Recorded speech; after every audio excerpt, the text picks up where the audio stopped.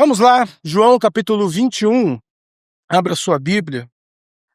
Conserve aberta. Antes de ler, nós vamos orar mais uma vez.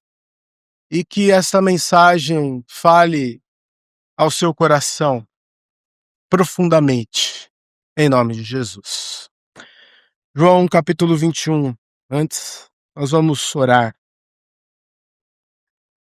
Senhor, muito obrigado, ó Deus, por esta manhã. Obrigado que a tua graça tem sido derramada abundantemente sobre as nossas vidas.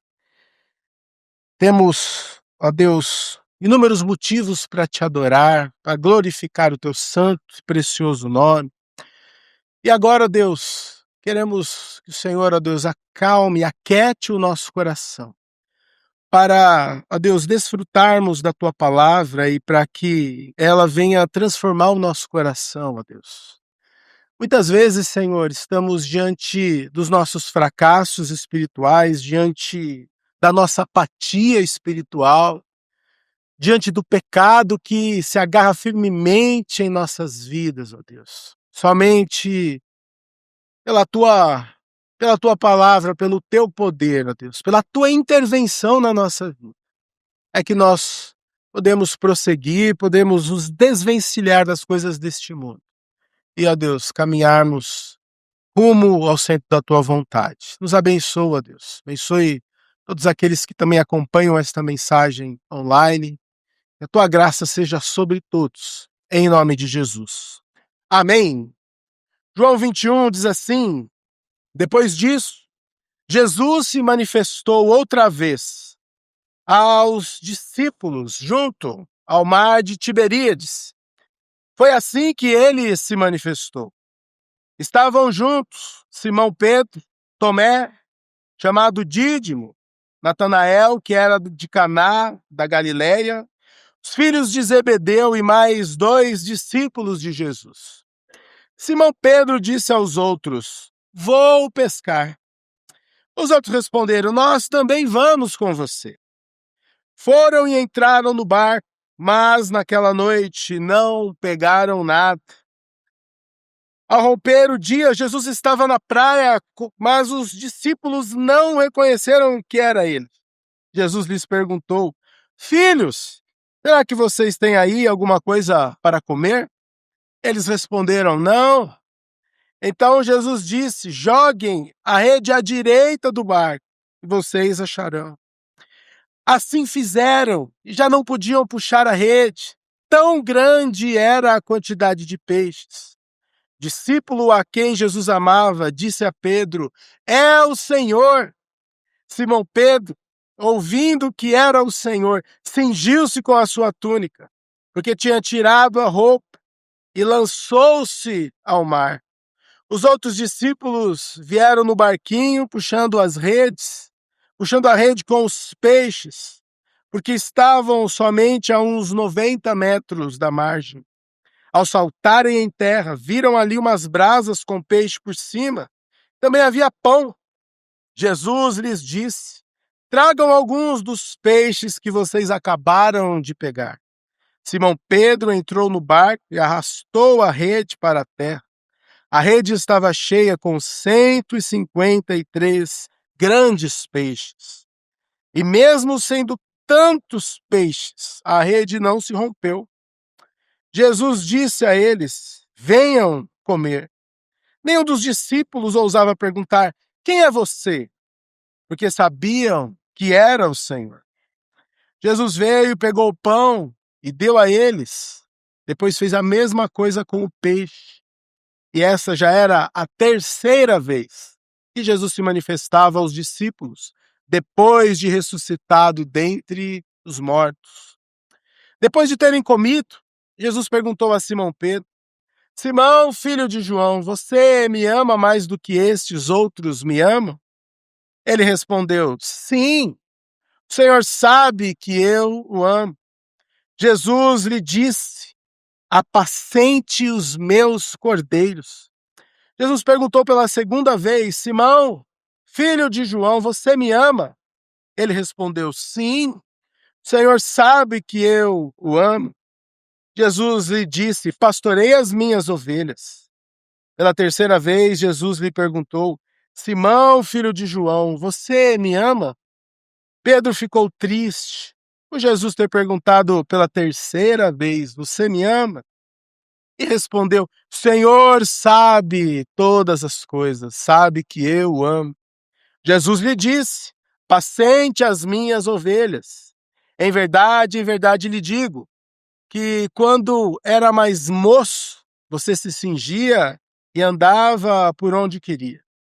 Mas quando você for velho, estenderá as mãos e outro o cingirá e o levará para onde você não quer ir.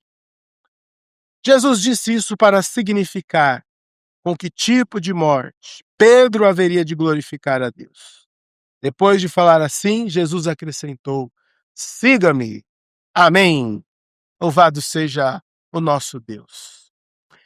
Meus irmãos, a reconciliação em Cristo, a perdão dos pecados, a restauração para a alma abatida. Nós somos salvos pela graça de Deus para sermos enviados e para vivermos a grande comissão, para ser sal da terra, luz para o mundo, para levarmos o evangelho àqueles que estão perdidos. Isso fica evidente, essa restauração, nesse momento tão importante na história de Pedro. Pedro, após ter negado o Senhor, seu coração ali estava cheio de medo, estava cheio de temor, estava cheio ali de sentimentos confusos. E para que ele avançasse o próximo passo do seu ministério, da sua vida, juntamente com os discípulos, ele precisava ser curado, ele precisava ser restaurado. E isso acontece aqui, no final do Evangelho de João, esse momento tão especial, único, momento de restauração na vida daquele que se acovardou diante da maior provação ali do Mestre. E alguém poderia dizer, olhando para a história de Pedro, mas o que deu na cabeça desse homem? Depois de ter ouvido a palavra do Senhor, ter visto o Mestre, os sinais, os milagres, depois de uma caminhada com o Senhor, ele olha para os discípulos e diz: olha, quer saber? Eu vou pescar. Quer saber de uma coisa? Eu vou voltar lá para a minha vida, para o meu dia a dia. E a pergunta fica aqui: como? Como seria possível, depois de tantas experiências com o Senhor, depois de ser testemunha da ressurreição do Senhor, como voltar à velha vida? Totalmente impossível. A graça de Deus já havia chamado aqueles homens, já havia chamado Pedro. A vida deles nunca mais seria a mesma. Mas nesse momento da vida, um turbilhão de coisas passa pela mente de Pedro e companhia. Pedro, Tomé, Natanael, André, João, mais 2 discípulos, mostram quão grande confusão estava tudo ali na cabeça daqueles homens. A crise era tamanha que Jesus, mais uma vez, a terceira vez, o Cristo ressurreto se manifesta para aqueles homens, para desafiar o coração deles, para falar o coração deles. No versículo 3, o destaque para a liderança de Pedro. E eu creio que aqueles homens estavam esperando o que Pedro vai fazer, o que ele vai falar, para onde nós iremos, qual será o próximo passo. O futuro, naquele momento, trazia medo, inconstância. E quando ele diz, olha, quer saber, nós vamos voltar à pescaria, eu vou voltar à pescaria. Nós vamos juntos. Meus irmãos, na vida nós temos alguns momentos em que nós queremos largar tudo. Momentos que nós falamos assim, chega, já deu. E se exploda tudo. Não aguento mais, não suporto mais. Eu creio que esse é um dos momentos aqui na vida desses homens. Depois de toda a crise da prisão do Senhor, da crucificação, um monte de coisa passava na cabeça deles, e o que nós vamos fazer, nós que abandonamos tudo por amor a Jesus Cristo?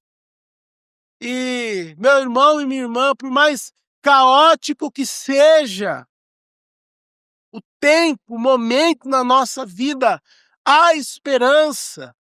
Há esperança para aqueles pescadores frustrados. E esse texto nos ensina que a vida do discípulo sem Cristo, a vida do discípulo sem o chamado de Jesus Cristo, é como uma pescaria sem peixe, é como um trabalho árduo sem resultado. Após terem visto o Senhor, testemunhas oculares ali da ressurreição, após terem sido chamados, e no outro dia, olha, vamos deixar essa história de lado e vamos seguir a nossa vidinha. Mas havia esperança para aquelas mentes confusas, e talvez a nossa semana e hoje temos vivido esse momento confuso. Aquele momento que você dobra o seu joelho e você se coloca diante de Deus e fala: Senhor, eu não sei nem como orar por isso. Eu não tenho nem palavras para expressar o que eu estou sentindo. Eu nem sei para onde que eu vou aqui nessa oração. Por mais caótico que seja a situação, há esperança. E ali no romper da manhã, Jesus, ele se manifesta. Jesus, ele está preocupado com o coração daqueles discípulos. Jesus sabe que uma obra de Deus precisa ser feita no coração daqueles que ele chamou, não porque eles eram bons, pelo contrário. Os evangelhos mostram uma série de necessidades e de dificuldades, necessidades e limitações como a minha e a sua. Há esperança, e Jesus diz para aqueles pescadores confusos, frustrados, não era mais para ir pescar peixe, era para pescar homens. Vocês não entenderam isso? E ele diz: filhos, será que vocês têm alguma coisa para comer aí? E essa pergunta, na verdade, Jesus na praia, ele está criando um ambiente para recebê-los, para receber principalmente a Pedro. E aquele momento remete anos atrás, um momento especial chamado a pesca maravilhosa, em Lucas capítulo 5, você se lembra?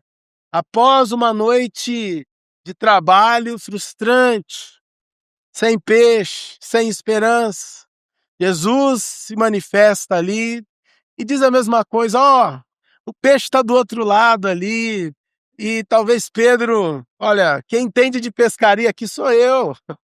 Quem é esse homem aí? Ele diz: olha, sobre esta palavra eu lançarei as redes. E quando ele vê aquele milagre, algo dentro do coração de Pedro começa a acontecer, e ele diz: olha, afaste-se de mim, porque eu sou pecador. Ele entende que ele não estava diante de qualquer mestre, de qualquer pessoa que estava dando palpite ali no trabalho dos outros. Não, ele estava diante daquele que tem poder, que sabe onde o peixe está, que tem poder sobre todas as coisas.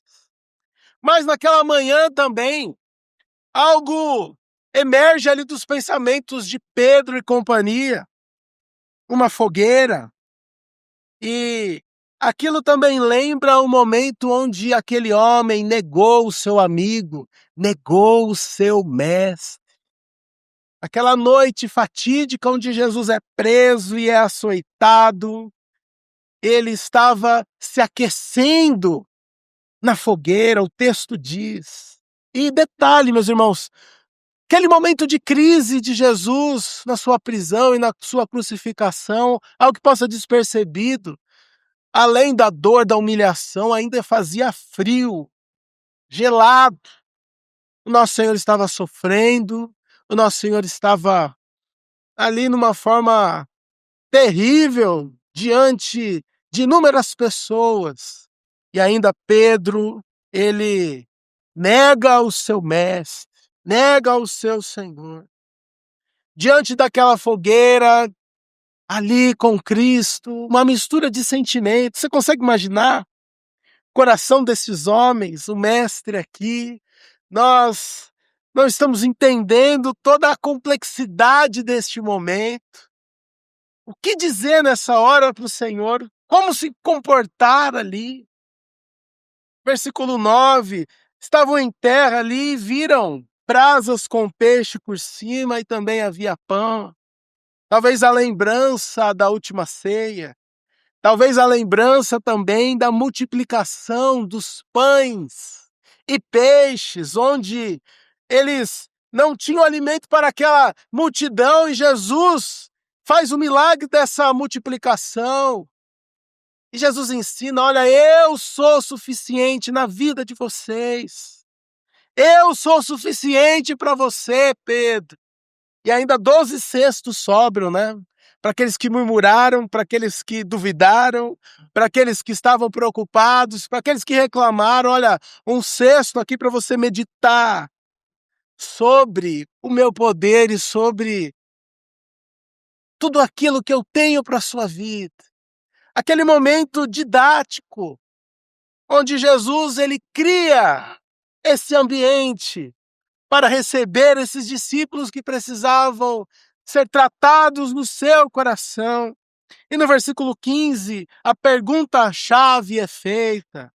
Pergunta mais doída da vida de Simão Pedro. Olha, Pedro, mas você me ama mais do que esses outros? E diante de todos os discípulos, ali um olhando para o outro, naquela manhã o coração de Pedro estava sendo provado. Alguém que negou o Senhor precisava, por 3 vezes negou, precisava também ser provado por 3 vezes. Em outras palavras, traduzindo o que Jesus diz aqui: olha, Pedro, para que você cuide do meu rebanho, você precisa me amar acima de todas as coisas. Você e os outros discípulos estão para dar um passo na vida ministerial. Vocês que deixaram tudo por amor, vocês que ouviram o meu chamado, agora vocês precisam ser restaurados.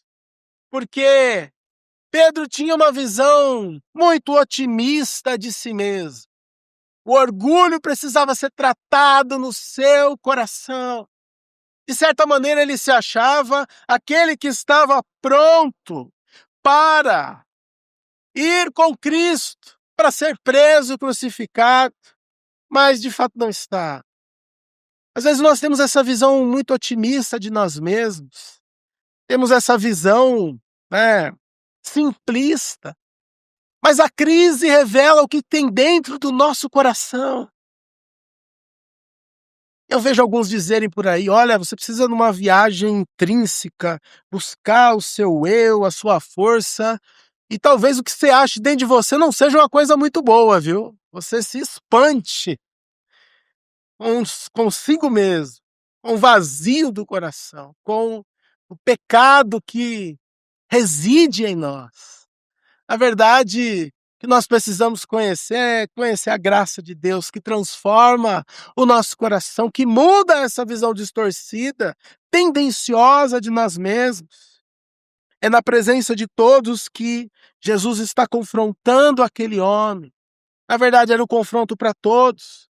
De acordo com Lucas 22:33, aquele homem, na frente de todos, ele diz: Senhor, estou pronto para ir contigo, tanto para a prisão quanto para a morte. Uau! Que fé inabalável! E aí nós vamos para Lucas. Lucas, capítulo 22, a partir do 54. Então, prendendo Jesus, levaram-no, introduziram na casa do sumo sacerdote. Pedro seguia de longe. Versículo 55.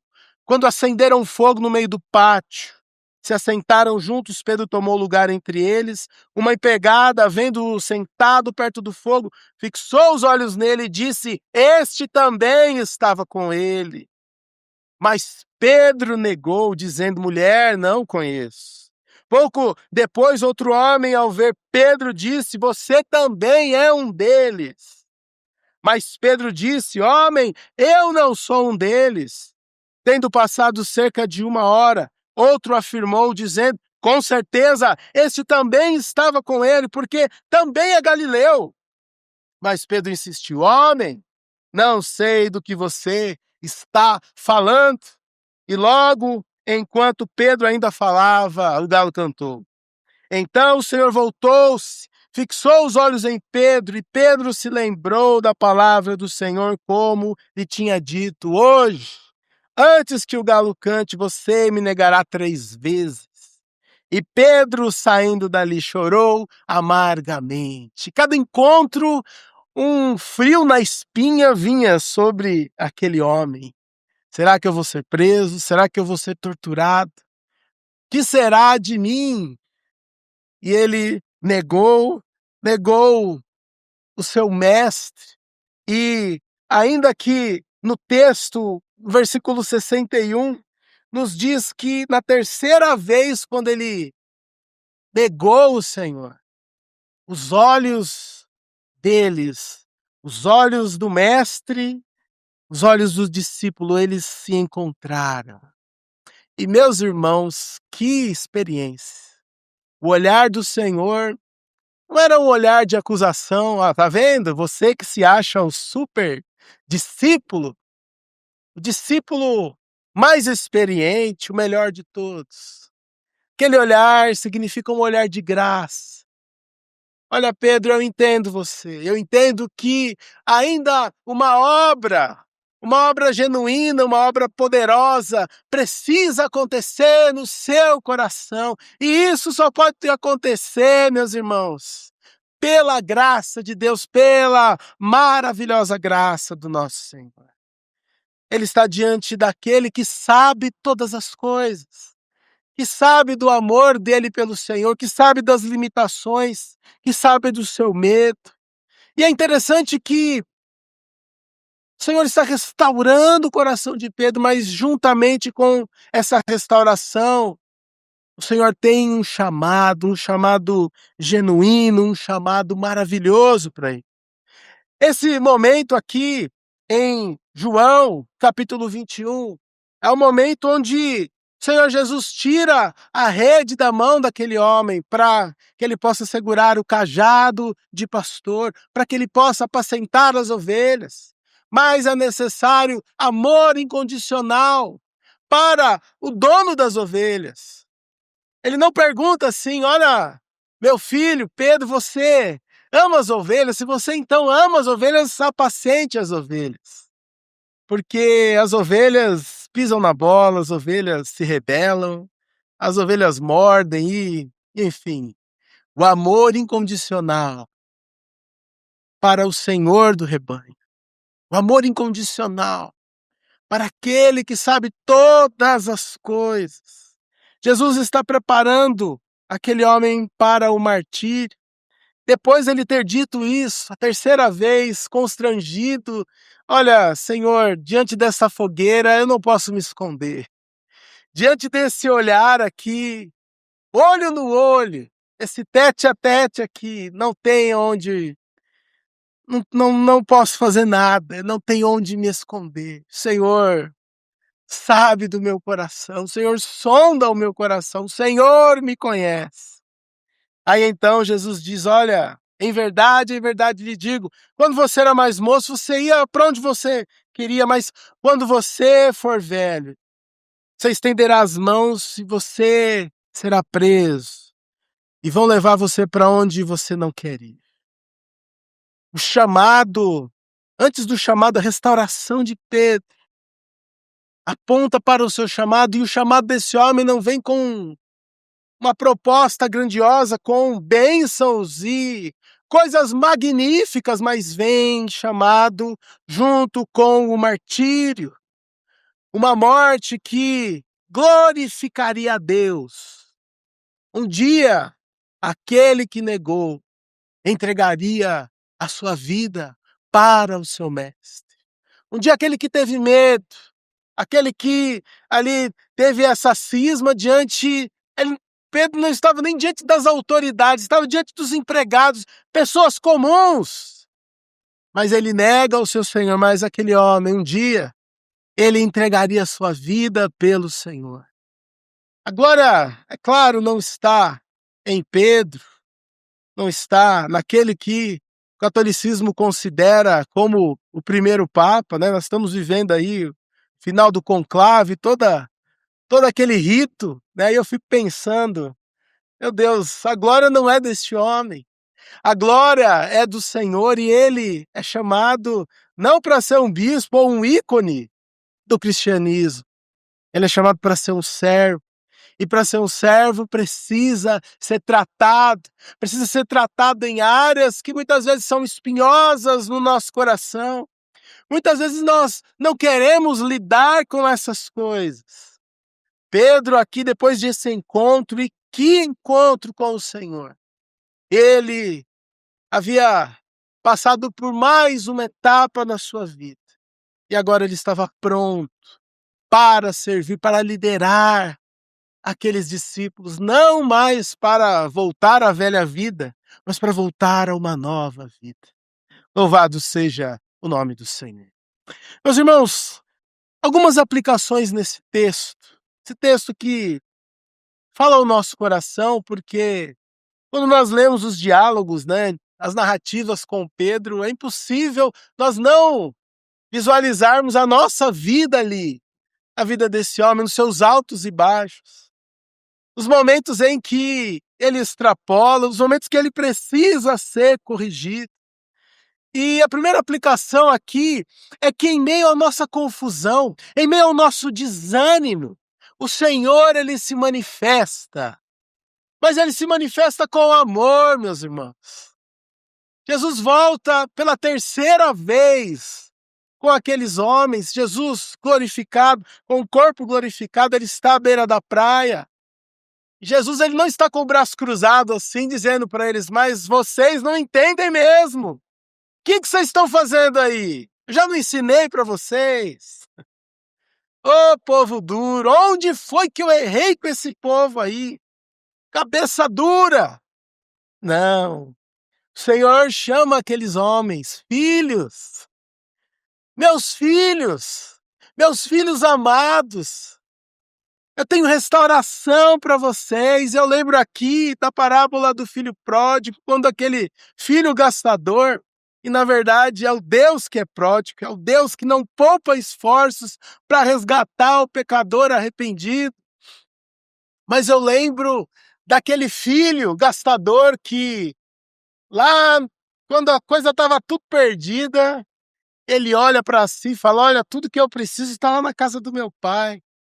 E eu vou ter uma proposta para ele, não me chame mais de filho, não me trate mais como seu filho, me trate aí como um dos seus trabalhadores, já vai estar bom demais.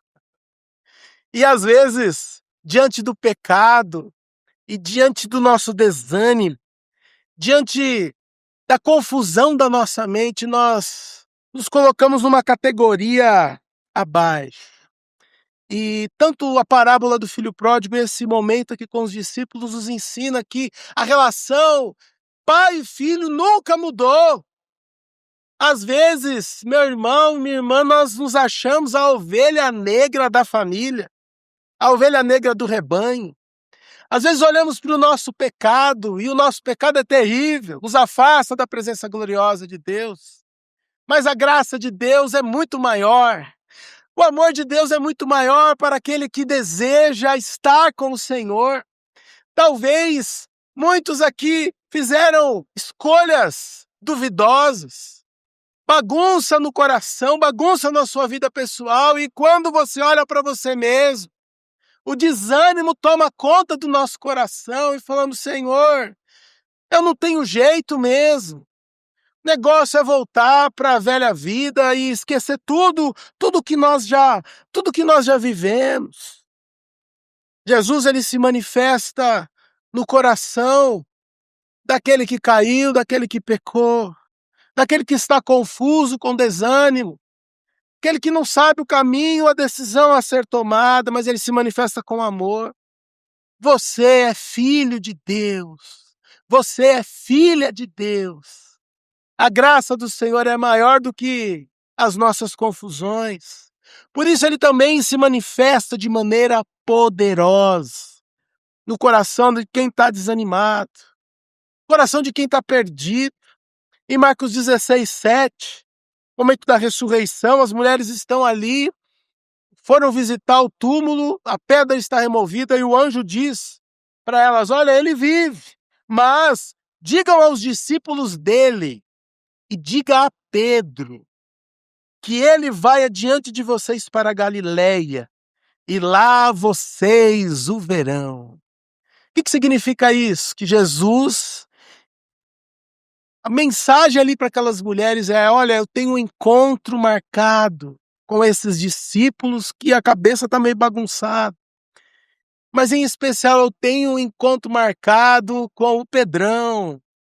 Fale para o Pedro. Eu acho que na hora que ele recebeu essa notícia, gelou. Meu Deus, o mestre ressuscitou, ele quer falar comigo. Ele quer falar comigo, diga a ele para estar lá na Galileia. Jesus encontra aqueles pescadores sem propósito, sem rumo, vivendo uma pescaria sem peixe. Sabe aquela frase? Daqui para frente é só para trás, né? Daqui para frente, desse jeitão que tá indo, meus irmãos, não vai ter peixe, não vai ter grado, não vai ter paz. Estamos no sal, meus irmãos. Mas Jesus, ele tem providência, ele tem amor, ele tem paciência com esses que caíram. Por isso, nesta manhã, diante da confusão, diante dessa complexidade de sentimentos, onde está a sua provisão? Porque de outra maneira nós falamos para o Senhor: olha, Senhor, quer saber? Eu vou pescar, eu vou seguir a minha vida. Já não aguento, já não tenho mais condições emocionais. Calma, meus irmãos. Esse é o Deus que tem prazer em restaurar o coração do pecador, o coração daquele que está nesse turbilhão de emoções. Onde está a sua provisão? Que não esteja na velha vida, que não esteja em você mesmo ou nas suas decisões totalmente fracas, furadas. Sem o Senhor, a nossa vida vai de mal a pior. Mas o Senhor também tem uma lição, outra lição para nos ensinar aqui, que nós precisamos encerrar os nossos capítulos de fracassos, os nossos capítulos difíceis, e precisamos, pela misericórdia e pela graça de Deus, nos apoiarmos não no nosso mérito, ou ficarmos vivendo ali aquela ruína, aquele momento terrível na nossa vida. Mas um capítulo de fracasso, ele pode ser resolvido, ele pode ser encerrado em nome de Jesus.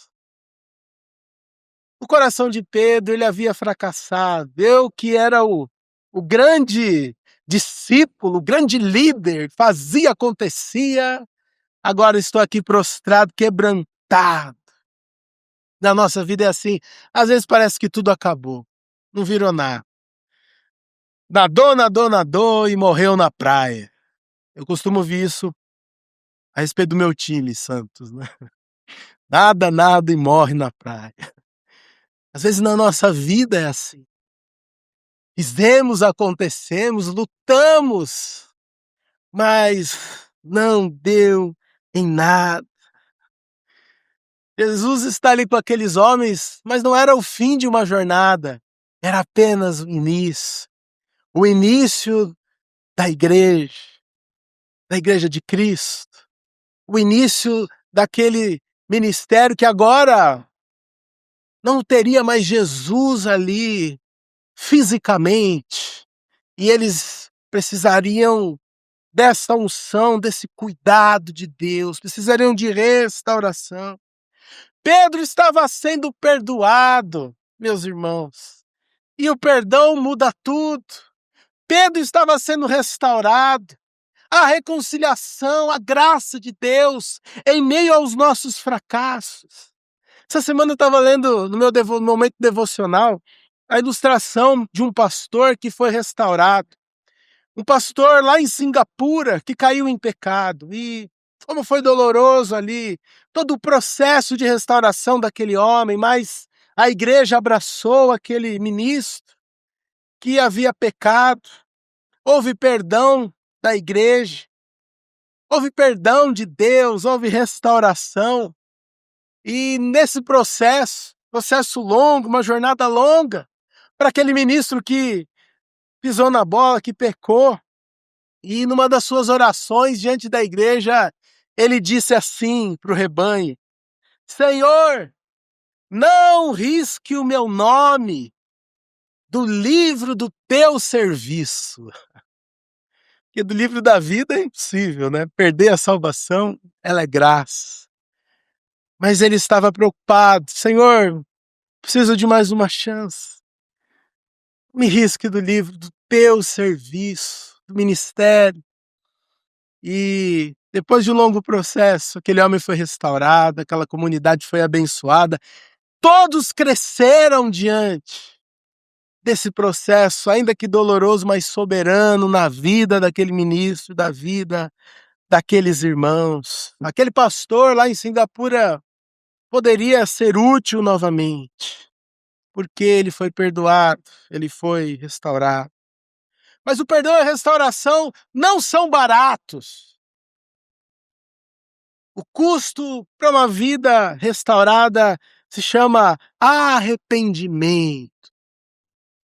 E nessa manhã que o nosso coração não se endureça, nós não nos justifiquemos diante daquele que sabe todas as coisas, diante daquele que tem graça infinita para nos perdoar e para nos restaurar. Uma longa jornada que começa no arrependimento e também continua no arrependimento. E por último, meus irmãos, em terceiro lugar, esse texto também nos ensina que precisamos estar de olho onde tropeçamos. Onde esse homem tropeçou? No momento em que ele se achou melhor do que os seus irmãos. No momento em que ele se achou o discípulo mais corajoso. No momento em que ele achou que estava num lugar de coragem que ele ainda não está. Ele iria glorificar a Deus, sim, com a sua vida, com o seu ministério, com a sua morte, mas naquele momento ele teria que ser implacável com o orgulho.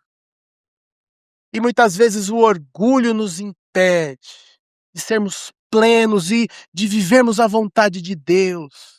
Aquele momento onde nós rasgamos o nosso coração e dizemos: Senhor, todo o meu esforço, toda a minha capacidade, tudo isso é em vão e eu preciso da tua graça.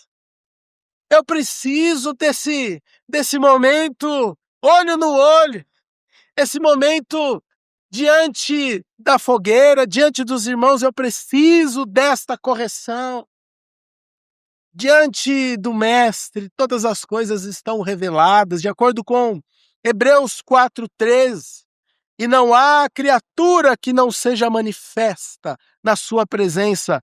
Pelo contrário, todas as coisas estão descobertas e expostas aos olhos daquele a quem temos de prestar contas. Amém? A linguagem antiga, todas as coisas estão nuas e patentes aos olhos de Deus. Diante dos nossos relacionamentos com as pessoas, às vezes nós escondemos alguma coisa, às vezes a pessoa pergunta: tá tudo bem? E aquele sorrisinho amarelo, tá indo, né? Tudo. E às vezes o nosso comportamento diante de Deus é parecido, nós não fazemos como o salmista, e tem salmos que o salmista, ele rasga o coração e ele põe para fora tudo. E nós temos essa intimidade com este Deus que tem poder sobre o pecado, tem poder sobre as nossas vidas, tem poder sobre todas as coisas. Nesta manhã, a reconciliação está disponível para pecadores arrependidos. A graça de Deus é maior para nós, pecadores reincidentes. Em nome de Jesus. Amém? Queria chamar o Ministério de Louvor. Antes da conclusão dessa mensagem, nós vamos louvar mais uma vez. que esse perdão e essa graça esteja sobre a sua vida, que o desânimo e a confusão, muitas vezes, caminhos tortos que nós tomamos aí, eles sejam banhados pelo amor e pela providência de Deus. Qual é o capítulo que precisa ser encerrado na sua vida? Qual é o capítulo de fracasso, capítulo de mágoa, de decepção que precisa ser tratado? Meus irmãos, a história de restauração de Pedro nos ensina que nós precisamos ser implacáveis com o nosso orgulho.